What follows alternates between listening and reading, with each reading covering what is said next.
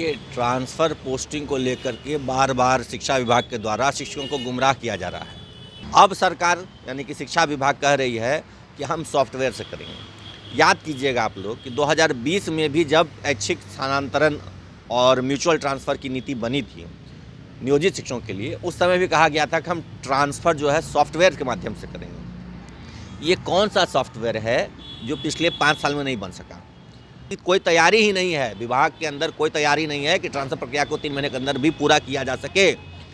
माननीय अपर मुख्य सचिव साफ साफ झूठ बोलते हैं मीडिया चैनल्स को कि हम जल्दी कर लेंगे, 15 दिन में कर लेंगे, महीने भर में कर लेंगे। नहीं कर पाएंगे। ये 1 महीना तो बीत गया, कुछ नहीं कर पाए, और अगले 3 महीने भी ये कुछ नहीं कर पाएंगे। इनकी कोई तैयारी ही नहीं है धरातल पर। बिहार के लाखों शिक्षक एवं शिक्षिकाओं में शिक्षा विभाग के प्रति नाराजगी देखी जा रही है। दरअसल मामला ट्रांसफर और पोस्टिंग को लेकर के है। शिक्षा विभाग के द्वारा पिछले कई महीने पूर्व ही कहा गया था कि बड़ी संख्या में अब शिक्षकों का स्थानांतरण पोस्टिंग किया जाएगा, लेकिन अब तक इस मामले में शिक्षा विभाग के द्वारा कोई वैसी कार्रवाई नहीं की जा सकी है, और जिसके कारण आज राज्य भर के शिक्षक व शिक्षिकाओं में ट्रांसफ़र पोस्टिंग को लेकर आक्रोश है। इस मुद्दे पर बात करने के लिए अभी हमारे साथ शिक्षक नेता अमित विक्रम है। इनसे हम जानते हैं कि आखिर सरकार की क्या कुछ मंशा है और शिक्षकों का जो आक्रोश है वो कैसा आक्रोश है। अमित जी, कैसा लग रहा है, क्या लग रहा है? लगातार शिक्षा विभाग के द्वारा ट्रांसफ़र पोस्टिंग को लेकर के बात कही गई थी कि जल्द कर दिया जाएगा। बड़ी संख्या में शिक्षक एवं शिक्षिकाओं ने आवेदन भी दिया, लेकिन अब तक ये मामला जो है कुछ सामने दिख नहीं रहा है ट्रांसफ़र पोस्टिंग का, जिससे शिक्षक एवं शिक्षिकाओं में आक्रोश है। देखिए, ट्रांसफ़र पोस्टिंग को लेकर के बार बार शिक्षा विभाग के द्वारा शिक्षकों को गुमराह किया जा रहा है। पहले तो इन्होंने कहा था कि सबका करेंगे, उसका विरोध हुआ। फिर कहा नहीं, जिनको चाहिए एक पद उनका करेंगे। तो 1,90,000 शिक्षकों ने अप्लाई कर दिया। उस पर इन्होंने क्या कहा, हमने एक 16 सदस्यों की कमेटी बनाई है और ये कमेटी सभी आवेदनों को स्क्रूटनी करेगी, पढ़ेगी। लेकिन महीना भर बीत गया, एक भी यानी कि वो जो 35 जो शिक्षकों का हुआ है वो तो नियमित वाले थे, वो तो पहले भी उनका होता था, लेकिन एक भी विशिष्ट या विद्यालय अध्यापक जो बीपीएससी परीक्षा दे के आए हैं उनमें से किसी का ट्रांसफ़र नहीं हो सका। अब सरकार यानी कि शिक्षा विभाग कह रही है कि हम सॉफ्टवेयर से करेंगे। याद कीजिएगा आप लोग कि 2020 में भी जब ऐच्छिक स्थानांतरण और म्यूचुअल ट्रांसफ़र की नीति बनी थी नियोजित शिक्षकों के लिए, उस समय भी कहा गया था कि हम ट्रांसफ़र जो है सॉफ्टवेयर के माध्यम से करेंगे। ये कौन सा सॉफ्टवेयर है जो पिछले 5 साल में नहीं बन सका? अब फिर से सॉफ्टवेयर बनाने की बात कही जा रही है। ये सॉफ्टवेयर कब बनेगा, कैसे काम करेगा, क्या क्या प्रक्रिया इसमें अपनाई जाएगी, इसको लेकर के कोई क्लैरिटी अभी नहीं है। बस सूत्रों के हवाले से खबर चल रहा है कि अब सॉफ्टवेयर के माध्यम से होगा। सॉफ्टवेयर तो इनका 5 साल हम लोग देख चुके हैं। 5 साल हमने देखा है कि 5 साल में इनका सॉफ्टवेयर नहीं बना था, लेकिन फिर ये कह रहे हैं सॉफ्टवेयर की बात कर रहे हैं। तो उस पर भी कोई गाइडलाइंस तो आना चाहिए, कोई क्लैरिफिकेशन तो आना चाहिए कि जो आवेदन हुए हैं क्या उनकी स्क्रूटनी होगी कि नहीं होगी।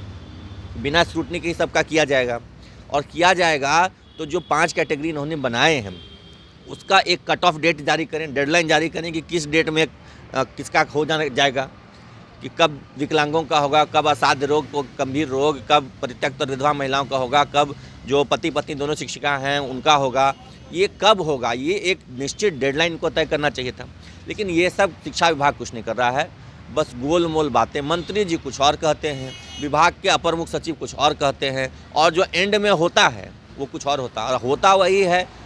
आप आश्चर्य जानिएगा कि जिस समय यह 16 सदस्यों की कमेटी बनी थी तो मैंने उस कमेटी के कई सदस्यों से बात किया था सचिवालय में। उन्होंने कहा है ये सब नहीं हो पाएगा, हम लोग को फुर्सत है इतना कि हम लोग बैठ के पढ़ेंगे, ऐसे बोलते थे वो लोग। और हुआ वही, उस 16 की कमेटी ने उस ट्रांसफ़र के मसले पर काम करने से इनकार कर दिया। किसी ने कोई आवेदन नहीं पढ़ा, सब जैसा का तैसा पड़ा हुआ है। तो क्या लग रहा है, शिक्षा मंत्री और अधिकारियों के बीच तालमेल नहीं है? बिल्कुल कोई तालमेल नहीं है। शिक्षा मंत्री और अधिकारियों के बीच में तालमेल का अभाव है। शिक्षा मंत्री जो है वो अपनी एक अलग लाइन लेंथ पकड़ के चलते हैं, और जो अधिकारी हैं वो अधिकारी में भी खास करके जो अपर मुख्य सचिव है वो अलग कहानी कहते हैं, जबकि उनके अधीनस्थ पदाधिकारी जो हैं वो अलग बात बताते हैं। तो दोनों में मतलब खुद एक विभाग के अंदर ही जो वरिष्ठतम पदाधिकारी हैं उनमें और उनके नीचे जो पदाधिकारी उनमें तालमेल का अभाव है। मंत्री जी तो अलग बात कह ही रहे हैं, लेकिन विभाग के अंदर भी तालमेल का अभाव है। तो ये सब कहीं ना कहीं स्पष्ट दिखा रहा है कि इनकी मंशा ही नहीं है और इनकी कोई प्लान नहीं है निकट भविष्य में ट्रांसफ़र करने की। केवल से केवल कुछ से कुछ जब शिक्षक हल्ला मचाएं, शोर मचाएं, क्योंकि अभी देखिए 2 दिन पहले ट्विटर ट्रेंड रखा गया था, ट्विटर पर मामला बहुत हाईलाइट हुआ, न्यूज़ चैनल्स में चला, तो उस गुस्से को दबाने के लिए ये केवल एगो नया प्रक्रिया बता दिया कि भाई इस प्रक्रिया से होगा, इसमें आप उलझ जाइए। अब कैसे करेंगे? फरवरी में ट्रांसफर, फरवरी में तो मैट्रिक इंटर की परीक्षा होती है, तो वहाँ परीक्षा में ड्यूटी लगी रहेगी, सब लोग अपने काम बता, ट्रांसफर कैसे करेंगे? वो करना संभव नहीं इनसे। ये बरगला रहे हैं क्योंकि अभी बजट सत्र आने वाला है। बजट सत्र में भारी हंगामा होने के आसार हैं। विधानसभा में इस मुद्दे पर, विधान परिषद में इस मुद्दे पर भारी हंगामा होगा। उस हंगामे से बचने के लिए एक नया जुमला फेंक दिया इन्होंने कि जाइए अब ऐसे नहीं वैसे होगा। ये बरगला रहे, केवल इनको करना नहीं है। जबकि ट्रांसफर पोस्टिंग को लेकर के जो दूर दराज में आज नौकरी कर रही हैं शिक्षिका, तो उनमें काफ़ी खुशी था कि अब ट्रांसफर पोस्टिंग हम लोग का होगा, ऐच्छिक जगह मिल जाएगा, लेकिन अब ऐसे लोगों में निराशा देखने को मिल रही है। देखिए, मैं बार बार कह रहा हूँ कि विभाग सही प्रक्रिया का पालन ही नहीं कर रही। विभाग रिक्ति नहीं मंगा रही। अभी देखिए, रिक्ति मंगाना सबसे बड़ी चुनौती है इनकी, क्योंकि जो इनके पास रिक्ति है तो उसमें पहले TRE 3 की पोस्टिंग करनी है, हेडमास्टर की पोस्टिंग करनी है, ये सब ये जल्दी जल्दी कर नहीं रहे हैं। तो जब TRE 3 की पोस्टिंग होगी, हेडमास्टर की पोस्टिंग होगी, उसके बाद रिक्ति का सही से आइडिया मिलेगा, किस विद्यालय में कितने सीट शिक्षकों के लिए खाली हैं, किस विषय के लिए खाली हैं। अब उन रिक्त पदों पर ही न सिलसिलेवार ढंग से ये ट्रांसफ़र करेंगे। तो पहले तो रिक्ति इनको तय करना चाहिए था, तो रिक्ति भी इन्होंने 1 महीने में नहीं मंगाया। रिक्ति भी इनके पास नहीं है कि TRE 3 की अगर पोस्टिंग भी हो जाती तो उसके बाद कितनी सीटें कहाँ खाली बचेंगी। तो ये रिक्ति तय करेंगे, उसके बाद जा कर के ये रिक्ति को फेज़ वाइज फिर शॉर्ट लिस्ट करेंगे कि पहले जिसको भेजना है उसको करेंगे। ये सब करने में इनको काफ़ी वक्त लगेगा और ये झूठ मूठ कर बलगा रहे हैं। जो शिक्षकों को झूठी उम्मीद होती है ना, झूठी उम्मीद दे देते हैं, हमारी शिक्षा बढ़ने में खुश रहते हैं, चलो 15 दिन में हो जाएगा, महीने भर में हो जाएगा, और कुछ मीडिया में खबरें चलवा देते हैं सूत्रों के हवाले से, 15 दिन में हो जाएगा ट्रांसफ़र, 1 जनवरी को आ जाएगा लिस्ट, तो 15 जनवरी को आ जाएगा लिस्ट। इस तरह की खबरें चलवा देते हैं और शिक्षकों का जो क्रोध होता है वो शांत हो जाता है। हकीकत यह है कि ये अगले 3 महीने तक में ट्रांसफ़र की प्रक्रिया पूरी करने की स्थिति में नहीं है। कोई तैयारी ही नहीं है, विभाग के अंदर कोई तैयारी नहीं है कि ट्रांसफ़र प्रक्रिया को 3 महीने के अंदर भी पूरा किया जा सके। माननीय अपर मुख्य सचिव साफ साफ झूठ बोलते हैं मीडिया चैनल्स को। वो जो लाइव हर शनिवार को करते हैं उसमें भी साफ साफ झूठ बोलते हैं वो कि हम जल्दी ही कर लेंगे, 15 दिन में कर लेंगे, महीने भर में कर लेंगे। नहीं कर पाएंगे। ये 1 महीना तो बीत गया, कुछ नहीं कर पाए, और अगले 3 महीने भी ये कुछ नहीं कर पाएंगे। इनकी कोई तैयारी ही नहीं है धरातल पर। एक सवाल और है, जिस तरह से लगातार शिक्षक संघ के द्वारा शिक्षा विभाग में करस्पॉन्डेंट को लेकर के लगातार सवाल उठाए जा रहे थे, ऐसे में एक बड़ा मामला भी आया है बेतिया से, जो कि आपने देखा है कि एक DO पे कितना पैसा उनके यहाँ से बरामद हुई है, रजनीकांत पर भी। ये केवल उनके यहाँ से बरामद नहीं होगा, ये जब बरामद होगा, अगर सही से विजिलेंस छापा मारे तो सबके यहाँ बरामद होगा। किसी के पास हो सकता है कैश कम हो, लेकिन ज़मीन और सोने जेवरात ज़्यादा बरामद होंगे। सभी DO DPO ने पिछले 2 साल में जो लूट मचाई है विभाग में, उसकी कोई तुलना नहीं है। 900 करोड़ रुपए आए डेस्क बेंच के मद में, उस 900 करोड़ में से 600 करोड़ कमीशन में चला गया। 5000 का जो डेस्क बेंच था वो 1500 रुपये वाला बाजार मूल्य वाला 5000 के तौर पर बिलिंग करके दिया गया। समरसेबुल में 270 से लेकर 300 फीट तक की बोरिंग करनी थी, पाइप डालना था, समरसेबुल डालना था।